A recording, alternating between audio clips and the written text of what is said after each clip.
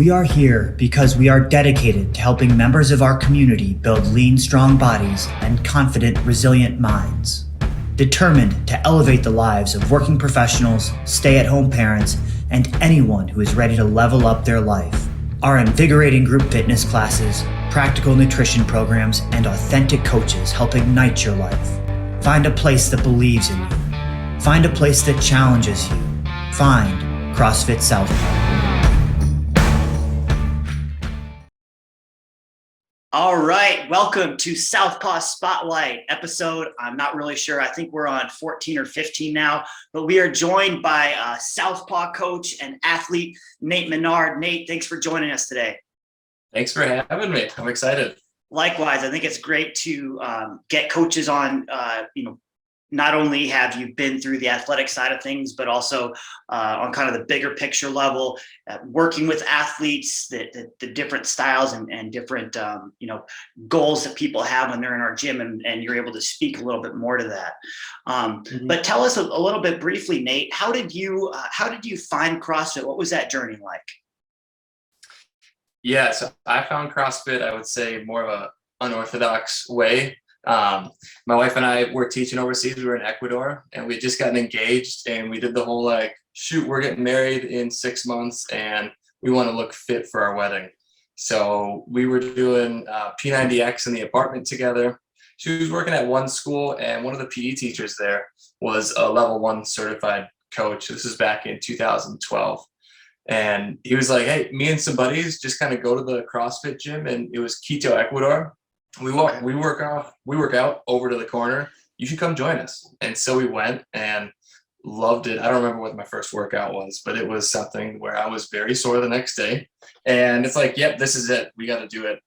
So for that year, it was 3 days a week. We met Monday, Wednesday, Friday. We were the weird kind of gringos over in the corner doing our own thing.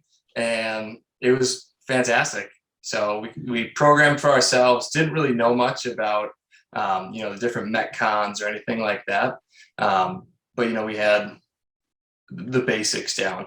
And then fast forward a few years, I found a gym when we were living in Dubai that was close to our apartment. So I became a member at Reebok CrossFit LifeSpark in Dubai. And then from there, I was a member there for a few years. I got my level 1. And then when we moved back home in 2018, there was a local gym kind of gave me an opportunity to start coaching, and it's history from there. Rachel started working out at Southpaw a couple of years ago, and you invited me in, and it's been good ever since. I've enjoyed the journey. There's a lot to unpack there. So Ecuador and then Dubai. Did you get your coaching certification in Dubai? I did, yeah. That's cool. So some of the seminar staff was from all over the place. I had a woman come in from Singapore. There was another gentleman from the UK that flew in, and the third one, I don't remember where she was from, but it was quite the international crew teaching us about the level 1 experience. So that's fascinating, and I haven't actually thought about this before, but I spent some time overseas growing up as well, and I've always kind of looked at fitness growing up, having a speech impediment. I couldn't always communicate my thoughts via traditional methods, but fitness or just human movement is universal, right? And I think CrossFit almost has that universal bond, and it's neat when you travel, whether it's domestically to different states, internationally. It sounds like you're automatically able to plug in with people who speak some of that same dialect that you've been developing yourself.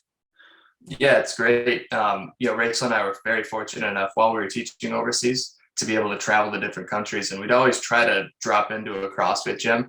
And just like you said, we always knew what we were going to get at the base level, right? There's going to be a Metcon. There's going to be people there that are in the same environment as you, wanting the same thing.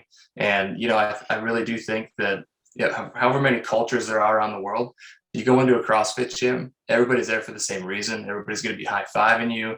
It's going to be a good hour of your day, no matter where you are. And that's one of the reasons why I love CrossFit so much. Yeah. Going back to your statement before about your first exposure was like, you go in, you're off to the side, you do this workout, you don't even know really what hits you, but you know that you're really sore and you want more of it, right? And I think what really separates CrossFit from other fitness models is it's like, you know, you're driving your Honda or whatever, and then you go test drive a Ferrari. And even though it's clumsy, you don't really know how to handle it. You're like, I need more of this in my life, right? Like, this is the pinnacle. This is where, you know, I want to be. I don't want to waste my time anymore. And again, not to shoot any bullets at Hondas or you know, whatever. I drive a Ford, but you know, the analogy remains of like, you know, I want to do something effective with my time. And people who are high performers, who are successful in what they do, they don't want to, you know, cut around the bush for a while. They want to get right to it. Mm-hmm. Definitely. Yeah. I think, yeah. And the way that CrossFit's set up too, just like you were saying, you know, it's, you have 1 hour to get your stuff done. And I think the way that, you know, the Metcons are set up and the programming is done, there's just so much that your body's going through in that 1 hour that you can, you know, you always get something out of that workout. Yeah, it's fun. It has been fun, and it still is fun every time I go in. So you mentioned that when you got started, you guys were kind of doing your own programming, and we've had a model that we've played around with where coaches would program on Saturdays, but and we've also, I know you and I have talked a little bit about programming, but tell me a little bit about how your views of programming and looking at the workouts, how that's changed over the years as far as what you would write for yourself or look for in a different program. Sure. So yeah, going back to 2012 when I first started, we had a group chat, and it was kind of like, all right, guys, what do you want to do today? And one person would say, well, let's do pull-ups. Okay, we want to do power cleans too. And then let's do, I don't know, air squats or something. And we would basically just kind of bring a bunch of things in. We had a basic understanding of, you know, the upper body pushes and pulls, the lower body, you know, hinging and squatting and things like that. But there wasn't much past that. It was just kind of like, how can we hit a whole body workout?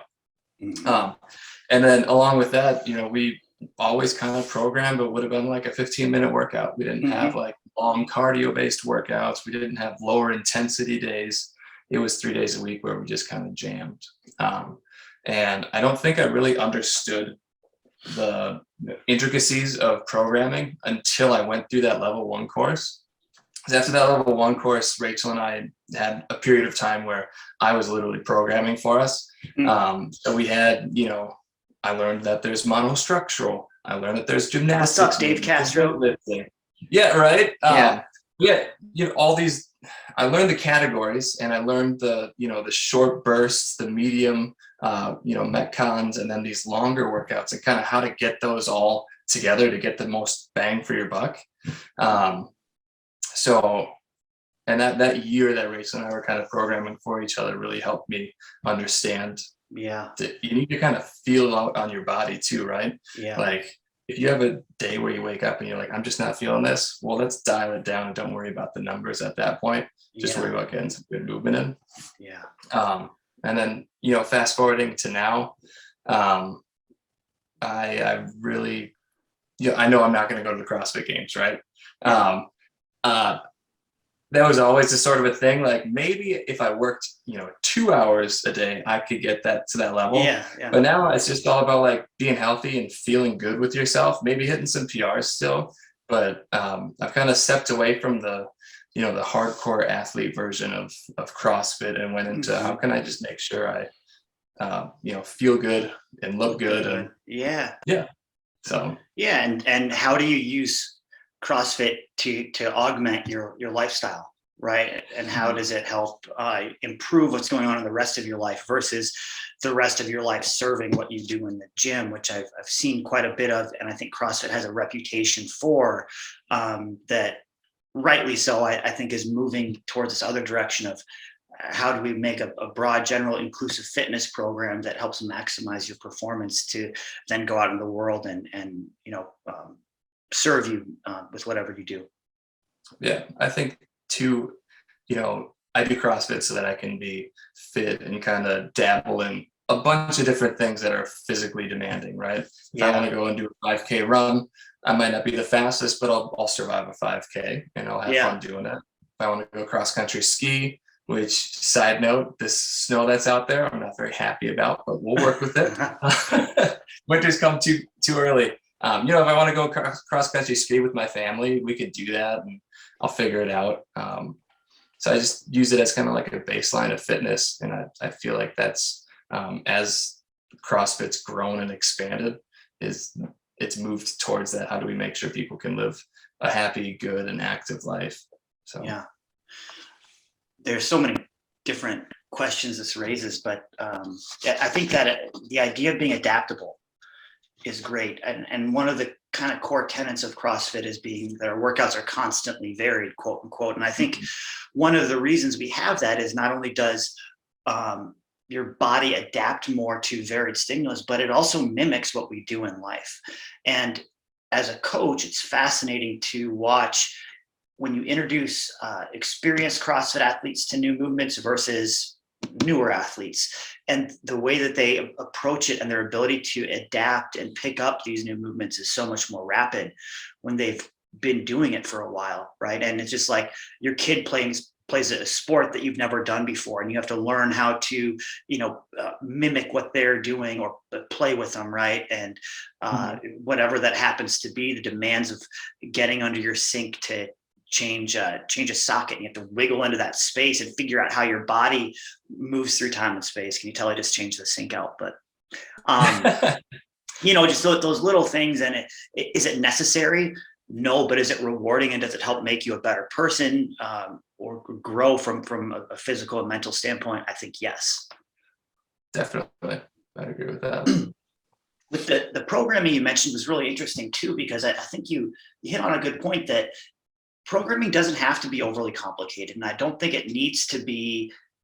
There's no magical secret program. You can get a lot of benefit from doing some good general workouts with, not a ton of intention or direction behind them. I think that you can get very artistic and creative with crafting a program, but I think having someone outside of you to do the programming for you allows you to not have to worry about it or think about it every day.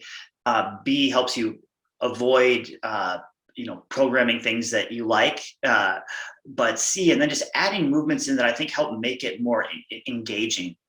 If I program for myself, I do the same probably 4 or 5 movements all the time. I'm going to squat, do pull-ups, push-ups, whatever. But when I do someone else's programming, it's fun, right? I'm doing things that I haven't done before. I'm exploring that. And to me, that's the real benefit in having more complexity into programs. It's just that it's more engaging. It helps you want to do it longer. Definitely, yeah. I like what you say about having somebody else program for you. Everybody has bias with what movements they enjoy, right? I'm not very good with gymnastics movements, and so when I was programming for myself, I would kind of steer away from those. Yeah. But having a gym to go to where somebody's programming, you can kind of force yourself into those uncomfortable positions, and that's where you're uncomfortable is what creates growth and what creates a chance to better yourself. So yeah, I definitely agree with that. Nate, when you having been to a number of different CrossFit gyms and trained on your own, with others, different parts of the world, what would you tell somebody who is looking for a CrossFit gym, whether they're experienced or not? What types of things should they look for? Because there's a wide variety of methodologies, of cultures, of beliefs within even CrossFit itself. I don't see. Anybody can pay the money and become a CrossFit affiliate right now, right? So it could be something where you walk into a place and you're expecting a certain level of professionalism, and you just might not get that. When Rachel and I moved back to the States, we were checking out a couple of different CrossFit gyms in the area, and it was probably my fault, but one of the gyms, I had time and I saw the sign for it, so I just basically stopped, right? And I saw a couple cars there, so I walked in and there's somebody at the desk. I was like, "Hey, I'm new. I know, did CrossFit, new to town. I was wondering if you could show me around." And I was looking for a sales pitch, and what I got was just like, "Hey, here's our gym. and that was it. It left me wanting more. And so when I went to the next place and say, hey, I'm new here, what do you have? That person sat me down. We talked. We had like a half-hour conversation about my experience and what he could offer. And I ultimately went to that gym just because of the first impressions, right? So I think first impressions are huge. And it's first impressions can be indicative of what the rest of the experience is going to be like, right? Yeah. Is your coach coming up to class? I've been guilty of this before. Are they, run into class 10 minutes late with their shirt off, sweating because they just finished their workout? Or are they there on time wearing branded gear, right? It's a different experience. So I definitely say, especially now that CrossFit's grown into the beast that it is, this giant company, definitely professionalism is number one on my radar. Like when you walk in, does somebody greet you and say, hey, how's your day? Is the gym clean and bright? And is there, music going? Does it feel welcoming? Right. Yeah. Details matter. I think that's huge. From there, I would say, if somebody's just getting started out, I don't know that, you would want to look into like the dark and dirty about, programming and what they're hitting for movements and stuff like that. Cause that's probably, out of their league at that point, but somebody who's just starting out, necessary, right? You'll exactly whatever program they're following. If you adhere to it, you're going to start to see benefit. And then just is that in that intro class or whatever class you go to, that drop in, is that coach personable? Is that person, modifying that workout or helping you modify that workout so that it's accessible for you at your level? I think that's huge in CrossFit. So the two would be, what's the coach doing? Is the coach seem like they know what they're talking about, and can they bring you either up to that level that you need to be at for that day to get a good workout in? And then professionalism. What's the gym look like? What's the gym feel like? And then third would definitely be community. I know there's a lot of talk in the CrossFit space about, we have an awesome community, but just kind of seeing, is there evidence of like, do people like talking to each other?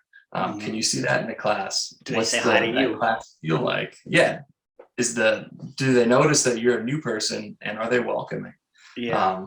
And then, the last thing would be with that community, like, are there events that, or evidence of events that have happened outside the gym to kind of make it this holistic approach to having a good, solid community that's going to, hit on all facets of life outside of the gym too. So one of the things that we do at Southpaw that I don't always talk about why we do it this way, but our free trial class that we offer to new people, we open up the whole schedule for, so they can come to any of our morning classes, midday, afternoon, any of our classes, and we don't have one dedicated one. And the reason we do that is that I want any class that they go to have that feel of being, welcoming, and I want them to be able to see that we're not just putting our star coach or whatever and a couple star athletes in this loaded class to make it look good.